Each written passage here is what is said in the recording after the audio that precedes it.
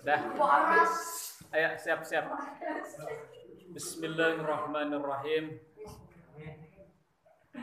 Gak pakai kitab gak apa-apa ya, dengerin aja ya. Assalamualaikum warahmatullahi wabarakatuh. Waalaikumsalam warahmatullahi wabarakatuh. Alhamdulillahi wahdah, wassalatu wassalamu ala sayyidina Muhammadin man la nabiyya ba'dah, amma ba'du. Puji syukur marilah sama-sama kita panjatkan kehadirat Allah Subhanahu wa taala. Salam dan salam semoga selamanya tercurah kepada pemimpin kita yang menjadi teladan buat kita semua, yakni Habibana wa Nabiyana Muhammad sallallahu alaihi wasallam, juga kepada keluarganya, para sahabatnya, dan seluruh pengikutnya hingga hari kiamat. Marilah kita bersama-sama melanjutkan kajian kita kitab akhlak.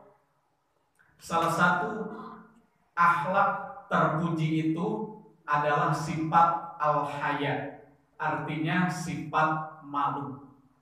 Namun jangan salah, malu itu ada dua. Ada malu yang terpuji, ada malu yang tercela. Mana yang terpuji? Wabil khusus sangat-sangat terpuji kita selain malu kepada manusia, selain malu kepada orang lain, malu kepada diri kita sendiri. Apa tandanya malu kepada diri kita sendiri? Malu dengan diri kita sendiri, yaitu malu melakukan pekerjaan yang malu kita kalau tahu pekerjaan itu jika diketahui oleh orang lain. Nah, itulah malu kepada diri sendiri. Ada malu yang lebih tinggi lagi, yaitu malu kepada Allah Subhanahu wa ta'ala. Karena bagaimanapun juga Allah Maha melihat, Allah Maha mengetahui. Nah, inilah perbuatan-perbuatan malu kepada Allah itu malu kalau kita melaksanakan yang dilarang oleh Allah Subhanahu wa ta'ala. Nah, itulah salah satu. Malu yang tercela mana?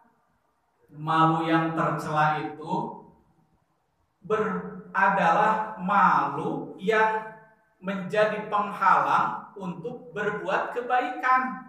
Ada orang, saya malu ikut ngaji, udah gede. Nah, itu adalah malu yang tercela. Dulu ada malu orang yang berlebihan. Malu kalau jalannya ke jalan raya, akhirnya jalannya ke sawah mulu. Suatu saat jalannya lagi mau ditanamin padi itu sawahnya. Biasanya jalanan pematang sawahnya dipenuhi lumpur. Akhirnya mau ngaji kagak jadi karena ke jalan raya malu bilangnya, mau jalan sawahnya dipenuhi lumpur pematang sawahnya gitu ya. Ini cerita di kampung. Kalau di kota udah gak ada lumpur-lumpuran gitu ya. Iya. Nah, itu salah satu bentuk malu yang menjadi penghalang untuk berbuat kebaikan. Nah, jadi perbedaannya malu yang terpuji dan malu yang tercela hanya di situ aja. Dalam kitab akhlak disebutkan malu yang tercela itu malu yang menjadi penghalang untuk berbuat baik. Nah, selanjutnya ada nih yang harus dipahami, yaitu salah satu sifat terpuji adalah tawadu atau rendah hati. Kebalikannya tawadu adalah sombong atau takabur. Nah, di sini ada yang harus dipahami, antara minder dengan tawadu itu beda. Minder merasa disuruh adan gak mau, malu. Ini ada kaitannya juga ya. Yang tadi malu, yang sekarang ada minder. Minder itu apa? Kurang percaya diri. Itu mah pura-pura tawadu. Saya mah yang lain aja, pura-pura tawadu itu ya. Nah, padahal Apa? Pertama bisa jadi malu, yang kedua minder karena merasa suaranya kurang bagus atau napasnya kurang panjang. Ustadz pernah jadi rocker di masjid dulu. Bener. Niatnya mau adzan. Ternyata ada kerusakan di amplinya. Akhirnya mic-nya itu ada setrumnya. Tahu setrum kan? Begitu dicolokin, ambil mic bukan adzan, jadi teriak. Ah! Akhirnya berdatangan tuh ada ibu-ibu bawa air ke masjid. Kenapa?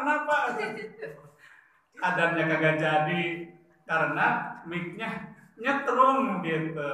Nah itu cerita kelas 4 SD itu dulu. Berarti udah berani tuh adzannya kelas 4 SD. Nah jadi kita di sini harus berani gitu ya. Oh jangan minder gitu, jangan.